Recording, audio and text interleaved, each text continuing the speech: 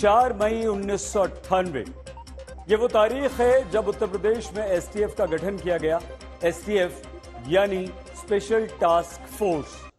STF बनने के बाद कई सरकारें बनी। कल्याण सिंह, मुलायम सिंह से लेकर मायावती से होते हुए अखिलेश यादव, योगी आदित्यनाथ मुख्यमंत्री बने।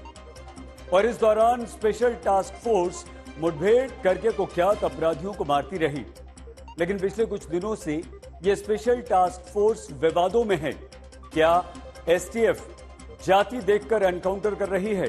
विवाद की इस दस्तक से जुड़ा एक बड़ा दस्तावेज हम आपके लिए लेकर आए हैं। नजर नहीं है लेकिन नजारों की बात करते हैं। जमीन पे चांद सितारों की बात करते हैं। वो हाथ जोड़ के बस्ती को लूटने वाले भरी सभा में ये सुधारों की बात करते हैं। बड़े पैमाने पर टांग में गोली लगी है या हाथ में गोली लगी है। इसका नाम दिया है हाफ एनकाउंटर या टांग पे गोली वाला एनकाउंटर। ये जितने भी टांग पर गोली वाले एनकाउंटर हैं, ये सब फर्जी एनकाउंटर हैं। और माफिया के साथ इनके रिश्ते और समाजवादी पार्टी तो ये माफिया और अपराधियों के सामने, दुर्दांत माफिया और अपराधियों के सामने नाक रगड़ते थे। जात के आधार पे बीएलओ अपॉइंट हो रहा है, जात के आधार पे एसडीएम अपॉइंट हो रहा है। उत्तर प्रदेश में एनकाउंटर को लेकर सियासी माहौल बहुत गर्म है। योगी आदित्यनाथ और अखिलेश यादव आमने सामने हैं। विवाद के केंद्र में एसटीएफ यानी स्पेशल टास्क फोर्स है, जिसे पिछले 26 सालों में 81 वीरता पुरस्कार मिल चुके हैं। वही एसटीएफ अखिलेश यादव के टारगेट पर, जिसे वो सरेआम ठोको फोर्स बता चुके हैं। अखिलेश कह चुके हैं, सरेआम ठोको फोर्स में तैनात लोगों का आंकड़ा बता रहा है कि ये तथाकथित विशेष कार्य बल कुछ बलशाली कृपा पात्र लोगों का व्यक्तिगत बल बनकर रह गया है। योगी जी अपनी एसटीएफ को जान ले। लोग तो यहाँ तक चर्चा कर रहे हैं कि एसटीएफ का मतलब स्पेशल ठाकुर फोर्स है। एसटीएफ क्या दिखाना चाहती है? कोई अपराधी है तो उसके लिए न्यायालय है। एसटीएफ में अगर ऊपर से नीचे तक आप अधिकारियों को देखेंगे, एक ही तरह के अधिकारी पोस्ट हैं। उन अधिकारियों को पोस्ट किया है जो सरकार को खुश रख सके, सरकार के कहने पे चल सकें, नियम कानून और जो अधिकार होते हैं उनसे ऊपर काम करें। इसीलिए एक तरह के लोगों को उन्होंने उसके अंदर शामिल किया है। तो अखिलेश यादव एसटीएफ पर कई गंभीर आरोप लगाते हैं, जिसमें सबसे बड़ा आरोप ये है, सरकार चुनाव हारने के बाद और खासकर भारतीय जनता पार्टी चुनाव हारने के बाद केवल यादव और मुसलमान पर नजर मार रही है। तो क्या वाकई में यूपी में एसटीएफ की तरफ से हो रहे एनकाउंटर का सच यही है? क्या जाति और धर्म देखकर यूपी में एसटीएफ एनकाउंटर कर रही है? एसटीएफ के एनकाउंटर की आज तक के पास एक्सक्लूसिव कॉपी है, जिसमें अपराधियों की जाति और धर्म का पूरा ब्यौरा है। आज तक ने योगी सरकार के कार्यकाल के दौरान हुए एनकाउंटर की पूरी लिस्ट निकाली है। आज तक के पास एसटीएफ एनकाउंटर की मार्च 2017 से सितंबर 2024 के बीच की पूरी लिस्ट है, जिसके मुताबिक एसटीएफ ने इस दौरान 52 एनकाउंटर किए हैं। साल 2017 में 2, 2018 में 7, 2019 में 5, 2020 में 10, 2021 में 10, 2022 में 2, 2023 और 24 में 8 एनकाउंटर को अंजाम दिया गया। एसटीएफ की इस लिस्ट में यादव, मुस्लिम और ठाकुर जाति वाले अपराधियों का भी नाम है, जो 2017 से अब तक योगी सरकार के कार्यकाल में मारे गए हैं, जिसमें अतीक का बेटा असद और मंगेश यादव शामिल है। आज तक के हाथ लगी एसटीएफ के एनकाउंटर लिस्ट में सबसे बड़ी बात ये पता चलती है कि सबसे ज्यादा 15 एनकाउंटर मुस्लिम अपराधियों के किए गए हैं। उसके बाद 10 ब्राह्मण समाज से आने वाले अपराधियों के नाम है। क्षत्रिय समाज के 7 अपराधियों का एनकाउंटर इस दौरान एसटीएफ ने किया है। वहीं 5 यादव अपराधियों को एसटीएफ ने एनकाउंटर में मार गिराया। इसके अलावा अन्य जाति के भी 15 लोग हैं। यूपी में हाल ही में हुए एनकाउंटरों में मारे गए अपराधियों की जाति को लेकर खूब राजनीति हुई। ऐसे में क्या यूपी एसटीएफ जाति विशेष का एनकाउंटर करती है? इस सवाल पर एसटीएफ चीफ अमिताभ यश कहते हैं, एसटीएफ में जाति को लेकर भी कई सवाल बाहर के लोगों ने उठाए कि ऐसे करके एनकाउंटर होता है। सवाल बिल्कुल ही सुपरफ्लुअस है। जब भी बड़े अपराधियों के खिलाफ कार्रवाई होती है, जैसा कि एसटीएफ करती रही है, तो ये अपराध किसी के भी विरुद्ध हो सकता है। जैसा आपने बताया कि 2 आरपीएफ के कांस्टेबल्स की हत्या हुई थी। इनका नाम जावेद खान और प्रमोद कुमार था। एसटीएफ ने इस अपराध को वर्कआउट किया। उसने वर्कआउट करने के पहले ये बिल्कुल नहीं देखा कि अपराधी जो मृतक कांस्टेबल हैं वो किस बिरादरी के हैं। वर्दी की एक ही बिरादरी होती है। इसके अलावा अपराधियों की भी एक ही बिरादरी होती है, वो अपराधी होते हैं। एसटीएफ चीफ की सफाई के बावजूद यूपी में जाति देखकर एनकाउंटर के आरोप थम जाएंगे ऐसा नहीं लगता, क्योंकि बीजेपी और समाजवादी पार्टी की तरफ से लगातार एक दूसरे को घेरने की कोशिश हो रही है।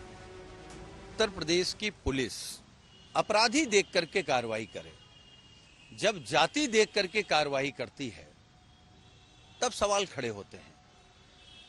और इसी उत्तर प्रदेश की पुलिस का शानदार इतिहास रहा है। जब यही पुलिस किसी अपराधी को मारती थी तो लोग पुलिस को अपना हीरो मानते थे। आज आखिर पुलिस पर सवाल क्यों खड़े हो रहे हैं, ये बात भी एसटीएफ को सोचनी पड़ेगी, सरकार को सोचनी पड़ेगी। तो योगी जी को धन्यवाद दूंगा कि उन्होंने जो वादा किया था जनता को कि हम आपको सम्मान देंगे, सुरक्षा देंगे, समृद्धि देंगे, शांति देंगे, माफिया मुक्त करेंगे, अपराध मुक्त करेंगे, भ्रष्टाचार मुक्त करेंगे, जितने भी अपराधी हो जेल के सलाखों में जाएंगे। उसका अभियान है, देख लीजिए आज के। इसका जवाब तो सपा को देना चाहिए। क्या ऐसे ही भ्रष्टाचारियों को, ऐसे ही देश की सम्मान घटाने वालों को अगुवा बनाना आवश्यक है? लोहिया वाहिनी का मतलब जो है, लोहिया जी का नाम भी उसमें जुड़ा है। पिछले काफी वक्त से अखिलेश यादव योगी सरकार पर जाति देखकर अपराधी के एनकाउंटर का आरोप लगाते रहे।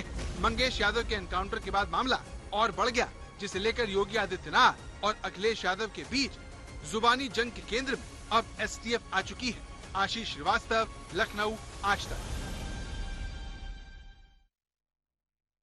लेकिन उत्तर प्रदेश एसटीएफ को सवालों को लेकर इसमें कोई कमी नहीं है, क्योंकि विपक्ष और विशेषकर समाजवादी पार्टी का आरोप है कि एनकाउंटर अवार्ड और मेडल के लिए हो रहे हैं।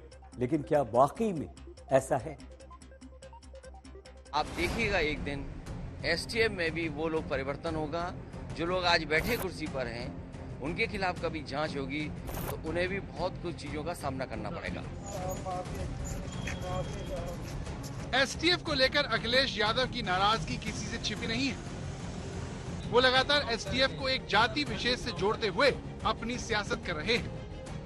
ये लोग कह रहे हैं कि ये पूरा स्पेशल ठाकुर फोर्स हो गया, क्योंकि वहाँ डाइवर्सिटी नहीं है। आप विश्वविद्यालयों में देख लीजिए, डाइवर्सिटी नहीं है। एक जाति के वाइस चांसलर, कप्तान एक जाति का, सीईओ एक जाति का, एसएचओ एक जाति का। ऐसे हुकूमतें नहीं चलती। यूपी एसटीएफ में 3 आईपीएस और 18 पीपीएस समेत 21 अफसरों की तैनाती होती है। एडीजी रैंक के अफसर एसटीएफ को लीड करते हैं, फिर डीआईजी और एसपी रैंक के अफसर होते हैं। तीसरे लेयर पर एसएसपी, डीएसपी अफसर होते हैं। इसके बाद इंस्पेक्टर और सब इंस्पेक्टर आते हैं। आखिरी लेयर में हेड कांस्टेबल और कांस्टेबल होते हैं। एसटीएफ की टीमें अलग अलग होती हैं। हर टीम का नेतृत्व एसपी या डिप्टी एसपी करते हैं। एसटीएफ का गठन विघटनकारी तत्वों, माफियाओं, ड्रग स्मगलर, किडनैपर्स इत्यादि ऐसे अपराध से डील करने के लिए किया गया, जिससे जनपदीय पुलिस अपराध के बढ़ते हुए दायरे में के कारण डील नहीं कर पाती थी। लेकिन माफियाओं को ठिकाना लगाने के लिए बनाई गई एसटीएफ लगातार सवालों में।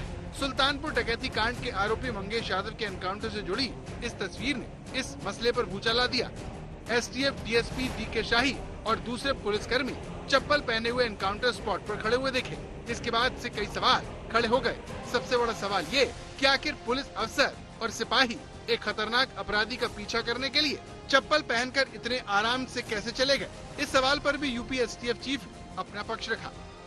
आरोप ये भी लगा कि चप्पल में एनकाउंटर कर दिया गया, इस तरीके के भी कहा गया। एसटीएफ जब भी कोई कार्य करती है तो परिस्थितियों के हिसाब से अपने आप को ढालती है। जंगल के ऑपरेशन में अलग तरह के वस्त्रों का इस्तेमाल होता है। जब जंगलों में खुफिया कार्रवाई होती थी अथवा इंटेलिजेंस गैदरिंग के लिए एसटीएफ कर्मी जाते थे, तो ऐसा भी होता था कि गंजी और लुंगी पहनकर जाते थे।